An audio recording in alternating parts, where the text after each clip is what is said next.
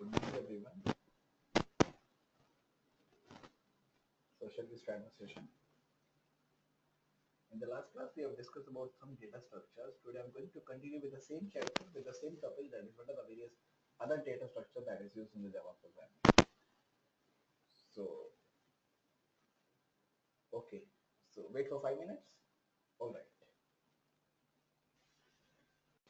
So, now let's start the session. Now it's 5. So, next data structure that is available in the Java programming is the stack.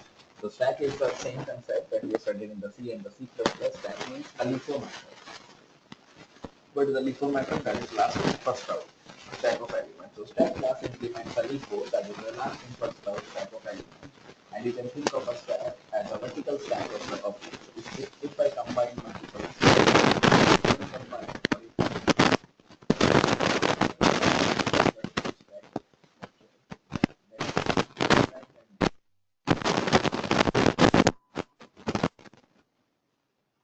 if I combine vertical stack of objects, you can add the new elements. It can go for the LIFO, that is last in first out. So whatever the last object that is that is first out, that is thrown out as a first one.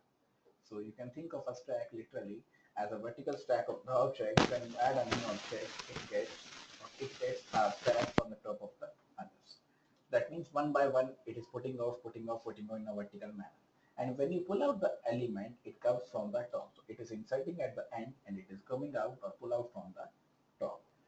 In other words, the last element to edit is the first one to be back off. So last element, that means the last in first out. That means the last element you inserted, that is first element, or that becomes the first element to be pop up. That is the first element to be come to back off.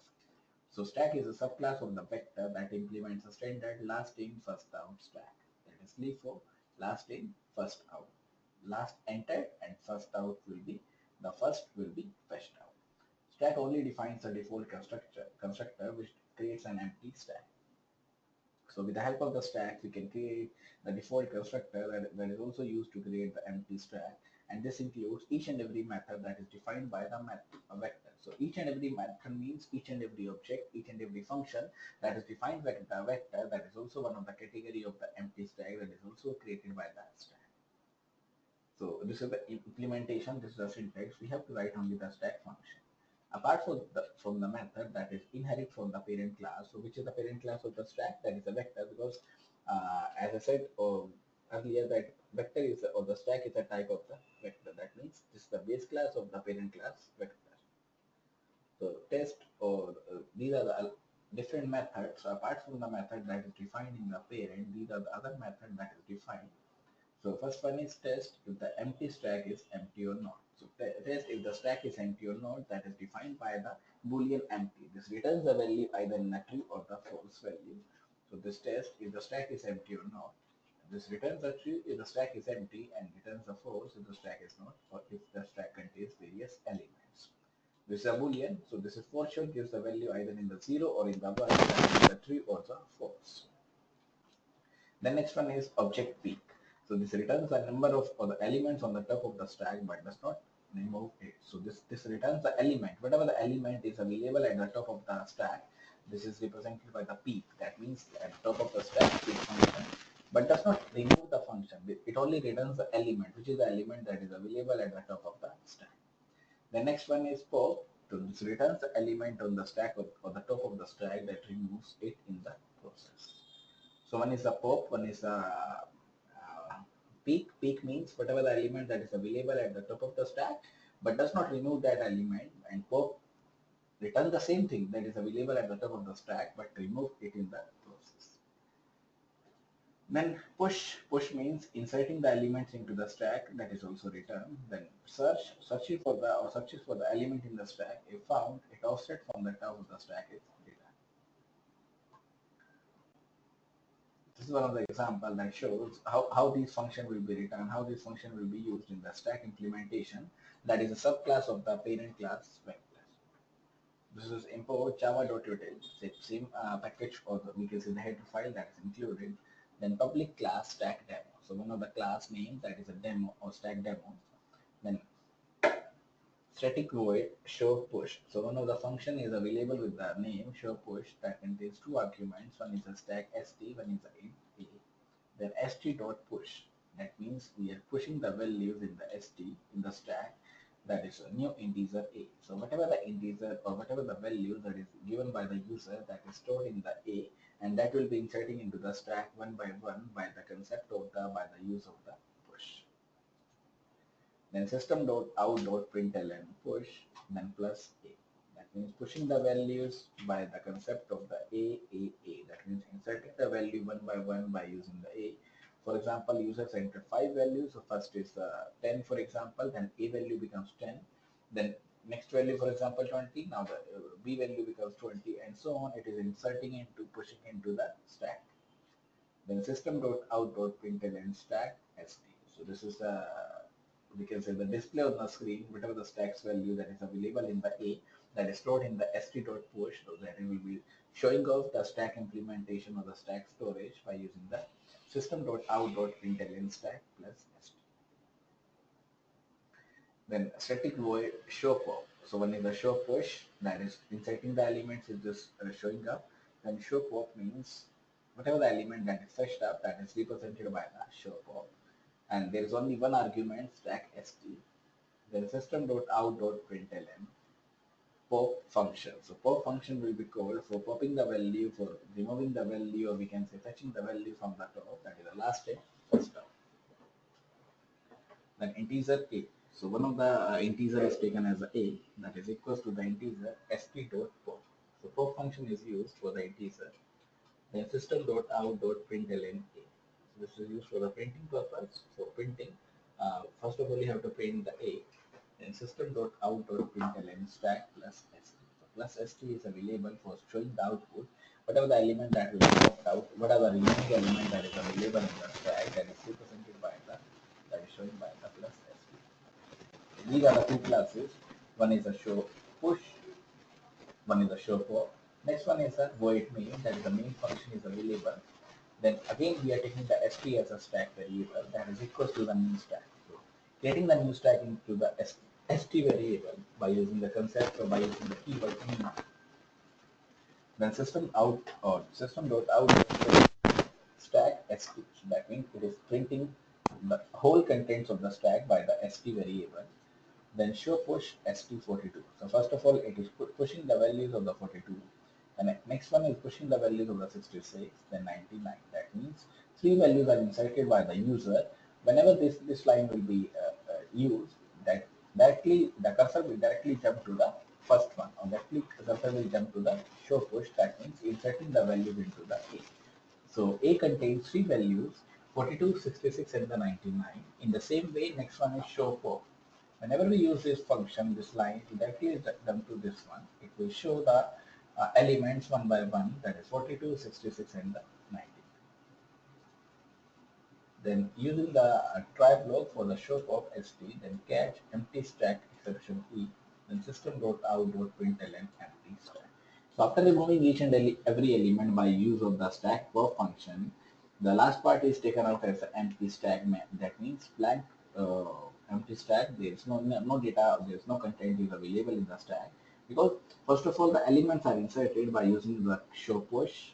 3 elements are inserted, 42, 66, and 99. In the same way, these 3 elements are popped up, that is used by the show pop st, show pop st, and the show pop st.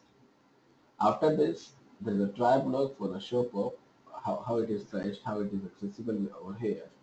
Then simply print that there is no exception, there is no content is available in the stack, that is represented by the system.out.println empty stack. That means the stack will be empty for this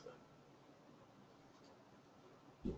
Now this is the output, or this is the output of this program. So first of all, that is printed for the stack. First element is to be pushed as a 42, then stack as a 42. The next element is inserted as a 66. The stack becomes 42 and the 66. Why? Because stack contains each and every element that is pushed up. So first element is pushed up as a 42. Then after that 66. So both these elements are available in the stack. The next one is 99. So now the stack contains 42, 66 and the 99. Now, first of all, it will be popped up the 99. That is the last in. Last element we have inserted in this one is 99. This is the first element that is popped up. Whether it is available or whether it is going 2 minutes before, 3 minutes before, or 1 minute back, anything. But the last element that is inserted, even 2 seconds before or 2 seconds back, but the last element that is inserted, that is popped up. This is the main rule of the stack. So last element is inserted in the stack is 99. So it will be removed. Now the stack becomes 42 and the 66. And the second last element that is inserted is 66. This is also removed. Now the stack becomes only 42. And when the 42 is removed, the stack becomes empty. This is the program that shows how we are inserting the stack elements, how we are removing the stack elements.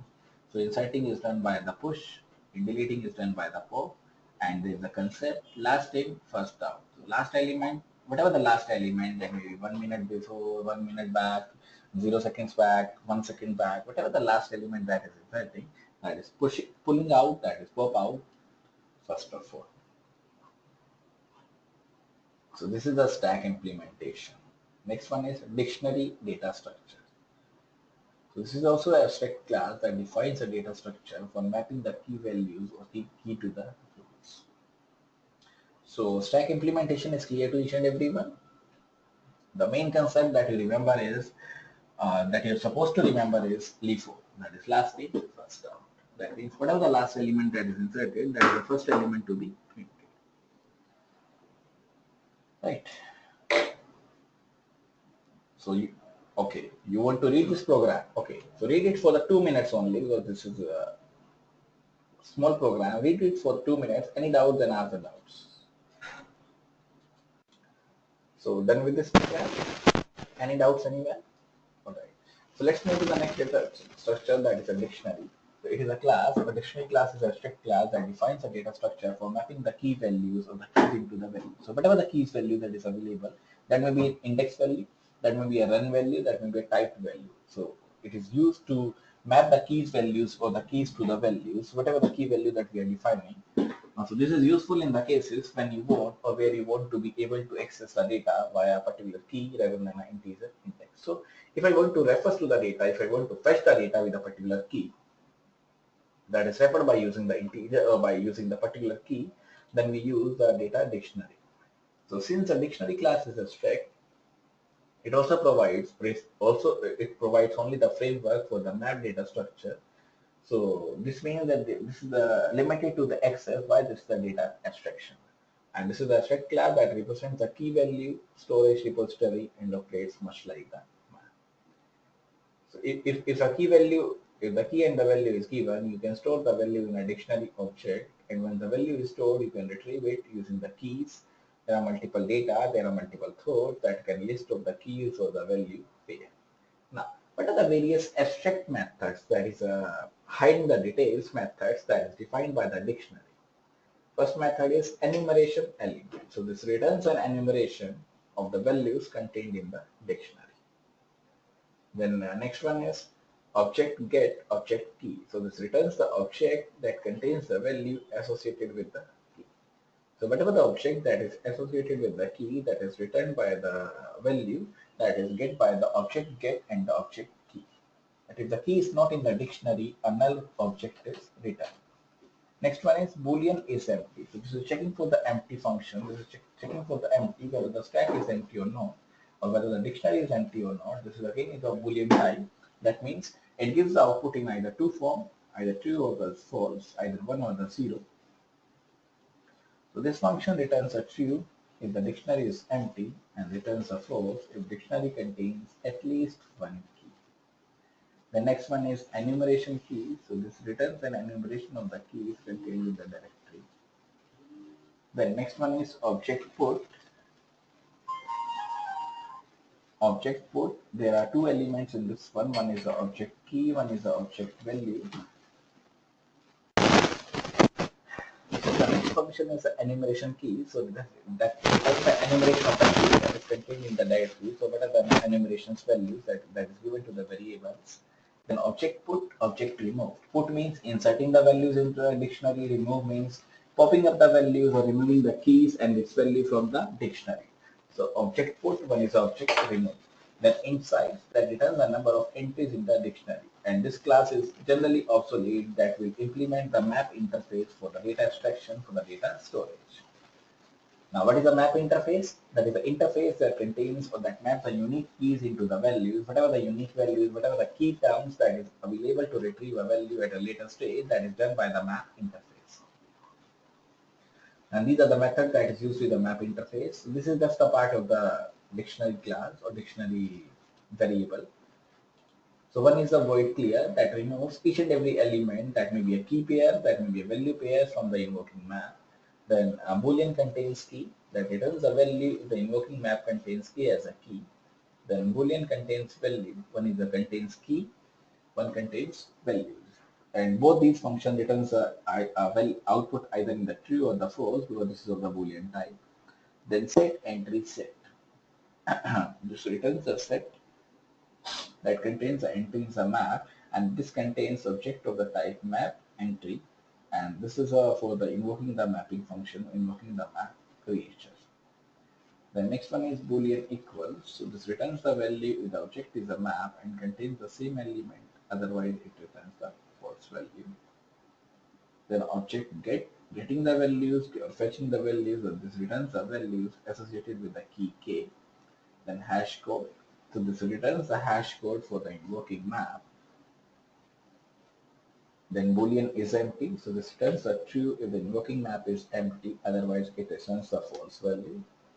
Then set key set. So next function is key set, that is also the return type is a set. Then object put, same object remove, same insights. Yeah, this is one of the new function. This returns a number of keys or the values pairs available in the map. That key pair may be a value pair, that key pair may be an alphabet pair, that key pair may be an alphanumeric pair. It depends on the implementation of the dictionary. So this returns a number of key value pairs in the map. Then collection values. So this returns a collection containing the values in the map that provides a collection view of the values in the map. This is the implementation of the hash map or implementation of the map functionality. One of the classes taken out as a collections demo. Then there is a main function. Name of the main function is void main. Then string arg is map m1. So taken out the map variable as m1, that is equals to the new hash map.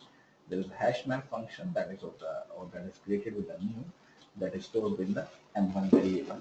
Then m1 dot put. Put means inserting the values into the mapping into the dictionary. m1 dot put Zara enter 8, then m1 dot put Menas and 31, m1 dot put Ayan and 12, then m1 dot put is Daisy and the 14. That means two arguments are given, one is the name, one is the age. Then system.out.println for printing purpose, this prints each and every element that is putting up or that is put into the data or that is put into the dictionary data structure. This system.out.println map elements that will be showing the same line because we are giving the double quotes map element. Then next one is system.out.println. Then there is a tab, there is a gap of the tab, there is a gap of the 0.5 centimeter, then plus m1.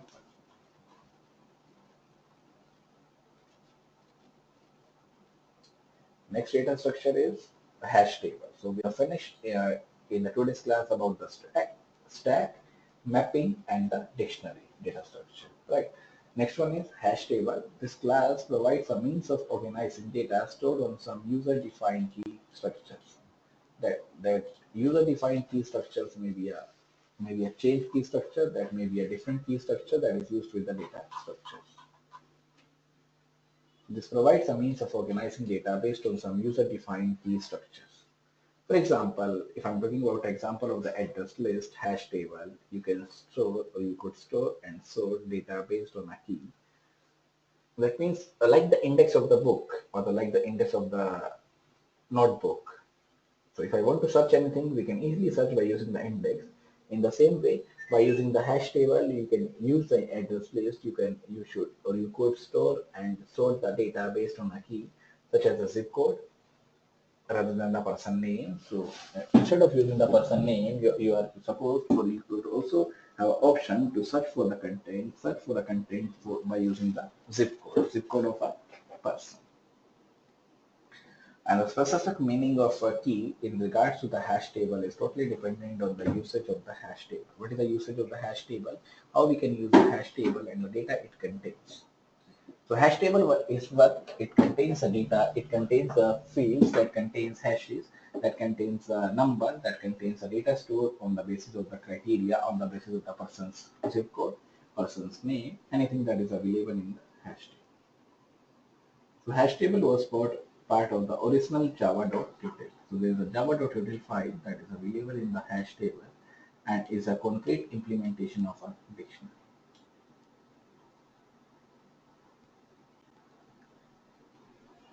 However, but Java to the engineering hash table so that it also implements the map to interface. So it also creates the hash table so that it is very easy implementation to take the map interface. Therefore, hash table is now integrated into the collection framework. It's similar to the hash map. Now the hash table becomes a hash map, that is a declaration of the framework, but is synchronized, with the hash table. Now these three lines are very important. Like the hash map, hash table also stores the keys or the value pairs in a hash table. So like in a hash map, when we are mapping the values, hash table also stores the key or the values pair in a hash table. So when using a hash table, you specify an object that is used as a key. So when you use a hash table, you specify an object, you contain the object that is used as a key, and the value you have linked to that key. So like a hash map, there is a hash table that also stores the keys or the values pairs in a hash table. And when using a hash table, you can also specify an item, or you can also specify an object that is used as a key, and the value that you want to link to that key. That means there is a hyperlink for the object, and there is also an object by which or to which I want to refer. So when using a hash table, you specify an object that is used as a key, and the value that is used to link to that key. And whatever the value that is linked to that hash table, and the resulting hash code that is used as an index. Index means a reference number to which the value is stored within the table.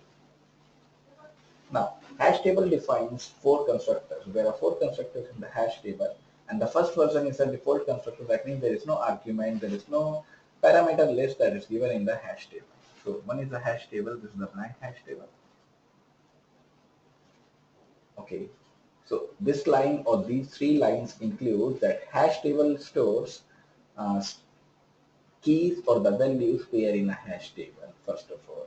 And when we are using the hash table, we can also specify an object that is used as a key and the value that you link to that key. So whatever the value that you want to link to that key, that is available with the hash table, that is used with the specifying an object that is used as a key, that is used as a link. So whatever the hash table, or whenever you are using the hash table, you can specify an object that is used as a key and value that you want to link to that key. There are 2 terms, one is the object and the key, one is the value that you want to link to that available key. So key is already available. You have to link the value to that available key.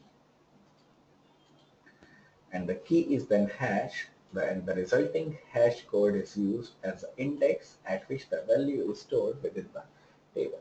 So value is stored at the table within the index in which the value is also available within the hash table. So the hash table also returns, or also now these 3 lines are clear.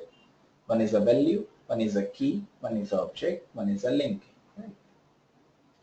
And the value is linked to the key, and the object is used as a key. So by default, object is linked to the key, or the object is linked to the value. That means these 4 terms are interrelated with each other. They are linked together in a consolidated manner. And hash table also defined for four constructors. Now, what are the four constructors? One is the default. That means there are no arguments list is given. There is no parameters. And the second version creates a hash table that has an initial size specified by the size. So there is a version, there is a size, there is a hash table, there is an int size, hash table int size. So there is only one argument given, that is a size, that is of the integer category. And the third version creates a hash table that has the initial size specified by the size and the fill ratio specified by the fill ratio. So one is the initial size that is specified by the size and the fill ratio that is specified by a fill ratio. And the fill ratio is given between 0.0 to 1.0. That may be 0.05, that may be 0.06 till 1. So it goes from the 0 point something to till 1. So 0.0 to 0.9. So this ratio is the fill ratio that is specified by the initial size as well as the fill ratio terms. And this ratio must be between the 0.0 and the 1.0 and determines how full the hash table can be before it can be resized upward or down. This is the syntax for the next we can see the constructor, that is the third one, hash table int size float fill ratio. Int size means size is the variable that is of the integer and the fill ratio is of the float type. That gives the value in the decimal that takes the value from the 0.0 to the 1.0. So first one is the default constructor. Next one is the one constructor in size. Next one is the two constructors. One is the size, one is the fill ratio that ranges from the 0.0 to the 1.0. And the fourth version creates a hash table that is initialized with the element in the M. And the capacity of the hash table is set to twice the number of the elements in the M. So whatever the hash table that we have initialized, so that is equals to the or set to the twice the number of elements in M. So last constructor is the hash table map M. This is the map M means number of elements that is available in the hash table, and the default constructor or the default load for the elements is 0.75. So these are the four constructors. One is a default, there is no arguments. One is the one argument, that is a size. Next is the two arguments, one is a size and one is a fill ratio, and the fill ratio ranges from 0.0 to the 1.0.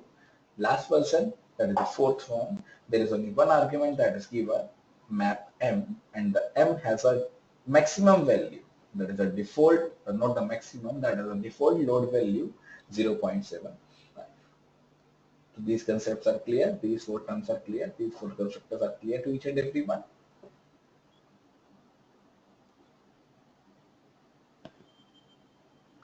Okay. And apart from these constructors, there are multiple methods that is also defined by the map interface. Now let's see what are the various functions, what are the various methods that is used in the dash.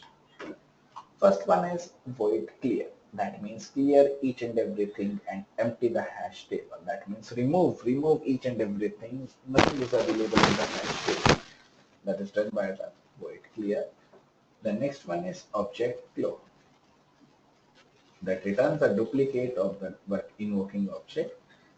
Whenever the terms available is cloned, that means a duplicate value. That may be in the data structure, that may be in the hash table, and anywhere in the Java program. Clone means a duplicate of the invoking or duplicate of anything. The next one is Boolean contains. So these two are clear. One is a clear, one is a clone, that is a duplicate. Next one is Boolean contains. That means it gives the value in either true or the false. How I judge it gives the value in the true or the false, but it is available as a Boolean. So this returns a true if some values equals to the value exists within the hash table. That returns a false if the value is not found. If the value is not available, because this is the function given object or the Boolean contains. Contains means it has a value. This returns a value as a true if some value equals to the value exists within the hash table. This returns the value as a false if the value is not found. Then Boolean contains key. The next function is contains key. Again, it is of the Boolean type, and the argument is object key. So this returns a true with the some key or base one key that is equals to the key exists within the hash table. This returns the false if the key is not found. So if no key is found, how we can judge, how we can contain, or how we can use the value. This again gives the output in two terms, either in the true, either in the false. Then Boolean contains value. So one is the only contains, one is contains key, one is contains value. So first one contains the values, second one contains the key, third one contains the same of the first one, that is a key, that is a value. So these third and the fifth one is a Boolean contains, that is by default it is taken out the value. That value may be a key, that value may be anything. One is a specific, we are giving as a Boolean contains value, that means we are specifying on the value. So Boolean contains value means we are specifically available, we are specifically used for the value. So this returns true if some value is equals to the value exists within the hash table. And returns the false if no value is available or if the value is not found. The enumeration element. So this returns an enumeration of the values contained in the hash table. Enumeration means we are giving the values to the variable names. So this returns an enumeration of the values associated or contained in the hash table. Then object get, object key. So this is the next function. We are getting or we are fetching the object. So this returns the object that contains the value associated with the key. If key is not available in the hash table, so a null object is returned. So if there is no key in the hash table, so which value? There is a null value that is returned.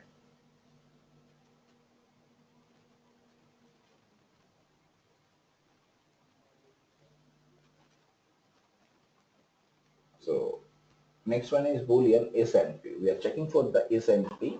So this returns a true if the hash table is empty. This returns a false if it contains at least one key. So checking for the is empty if the data or the hash table is empty or not. So if the hash table is empty, so this returns the value as a true if it contains at least one key. At least means there are some keys, at least one key is available, so this returns the value as a false. Next, enumeration keys. So this returns an enumeration of the keys contained in the hash table. Enumeration keys means same. We are giving the enumerations, we are giving the variable names, or we are giving the values to the variable names. So these three functions are related to the object get. One is object get, one is a Boolean is empty, one is enumeration keys. Next one is object put. One is a get, one is a put. That contains two arguments. One is this insert a key and value into the hash table. This returns null if the key is not already in the hash table, and returns the previous value associated with the key if the key is already available in the hash table. So the hash table already contains the value, so there is no usage of the object put function.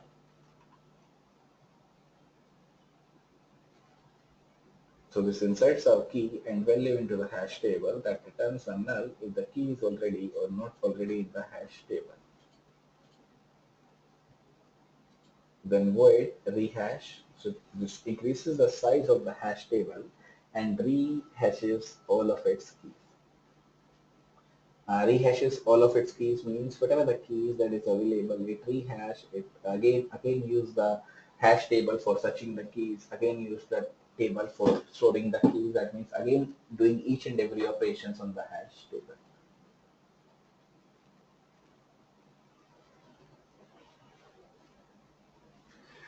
Then object remove, object key. So this removes the keys and its value.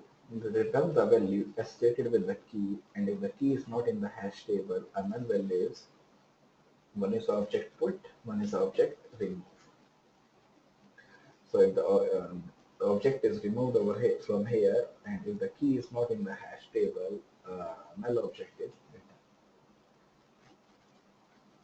The next is int size. This returns the number of entries in the hash table. whatever the entries, that may be a 15 entries, that may be 16 entries, so this returns the number of entries in the hash table that is defined by the size. Then string to string. String to string means converting the string to the string. So this returns the string equivalent of a hash table. String equivalent means, for example, I am giving the value in alphanumeric, and if I want to take the hash table in a string value, if I want to make the that entry in the string value, that entry will be representing, or that entry will be equivalent, make the entry as equivalent in the string content by using the string to string. Whatever the argument that we are giving, whatever the return type that we are giving, but string to string means converting, or we can say, or converting the any data type, any type to the string. So these are the 14, we can say, the complicated functions that is used with the last data structure, that is a hash table. So first of all, there are 4 constructors that is used. Then there are 14 methods that is used. First method is for clearing purpose, for empty the hash table. Then for duplication, we are using the object.clone or object clone. Then Boolean contains for the object values. Then Boolean contains key. One is a contains, that is specified for the key as well as the value. Then Boolean contains key, that is also of the object key, that returns a true if some key is available for the existence of the hash table. The next one is Boolean contains value. Again it is shown for the, again it will be using for the value. Then enumeration elements. Enumeration elements means returns an enumeration of the values associated or contained in the hash table. Then object get, getting the object containing the values associated with the key. Then next one is Boolean is empty. So checking for the hash table if it is empty or not. Returns true if the hash table is empty. Otherwise, if at least it contains one element or the one key, it is not showing the true, it is showing the value as a 0 or the false. The next one is enumeration keys. So this returns an enumeration of the keys contained in the hash table. Then object putting the value into the hash table, or that is object put, that takes 2 arguments. What are the 2 arguments? One is the object key, one is the object value. Then void rehash, so this increases the size of the hash table and rehashes the keys. Then object remove, so this removes key and its value. This returns the value associated with the key. If it is not available in the hash table, so a null object is returned. So this depends on the key's value, this depends on the data. Whatever the data is available in the key, that will be removed. If there is no object, that is found. Next one is int size. So if there are 5 elements stored in the hash table, this function returns the output as a 5. Why output as a 5? Because this returns the number of entries, number of data in the hash table. Last one is string to string. This returns the string equivalent of the hash table.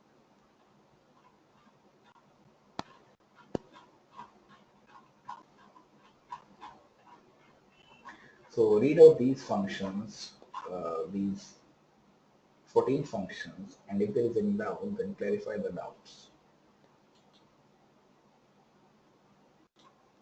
So the next one is a properties data structure, that is also a category of the hash table, or we can say it is a subclass of the hash table. That means properties data structure inherits each and every property of the hash table. So this is a subclass of the parent class. Parent class is hash table. So it is used to maintain the list of the values in which the keys is a string and the values is also a string. So it is used to maintain the list of the values. List of the values means collection of the values in which the key is a string and the value is also a string. That means everything is available in the hash table as a string. This is also used by the multiple classes in the Java. For example, it is a type of the object returned by system.get.properties when obtaining the environmental values. Just wait for 2 minutes. So let's continue with the properties. Last one of the properties, that is the properties is a type of the hash table. So it is used by many other Java classes also. For example, it is a type of the object that is written by the system.getProperties function when obtaining the environmental values. There are 5 environmental values. If I want to fetch that environmental value, that is represented, that is done by using the properties class. Now it is a subclass of the hash table, that is agree, but it is also, we can say, the able to maintain the list of the values in the string terms, and every value, every key that is stored in the properties is of the string type. Properties define the following instance variable, and this variable holds a default property list associated with the properties object. This is properties defaults. The properties define two constructors. One is a blank, that is a default. One is a properties, and there are prop default values. Prop default values means there are the default values of the data type of the properties class. Now these are the few methods. These are the few, we can say, the functions used with the properties. One is a string get property, then string key. One is a string get property, string key, and the string default property. Now what is the difference between these? Everything is same, return type is same, function name is same, but the main difference is that there is only one argument in the first one, there is only one key. In the second one, there is a default property string as well as a key property string. Then void list, print stream out, then void list, print writer. One is a string that contains input as well as output, but only for the writing purpose, only for output purpose, we are using the print writer. Then enumeration properties name, or the property name, that returns an enumeration of the type or enumeration of the keys. This includes each and every key that is found in the default property list too. So whatever the default property list, that may be a chance, that may be a variable, that may be a string, that may be a key, that may be a value. This includes each and every key that is found in the default property list available in the property name. And the next concept about this one is, an important concept is that there is no arguments, there is a blank property name. The next one is object set property, string key and the string value, then void stores, output string for the string description. These are the functions that is available with the properties. Everything is same, but properties is a subclass of the hash table. So there are multiple new functions that is defined in the properties data structure. Else everything is same. This is a program that captures each and every method for this one. So first of all, creating a class that is known as a prop demo.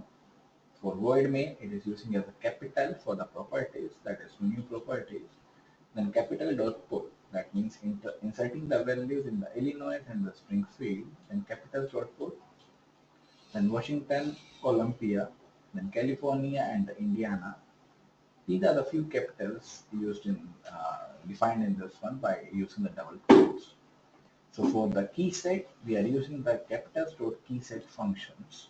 Then use the while loop, while iteration is the hash next. If the hash next is also the capital of this one, so this gives the output as a true or the false. This is the output. The capital of the Missouri is Jefferson City, Illinois is Springfield, Indiana is Indianapolis, California is Kalimantan, then Washington is Olympia, and the Florida is not found because it is not available Florida over here. Right. So we are finished with the chapter number 27, that is the data structures, one of the important section, one of the important chapter.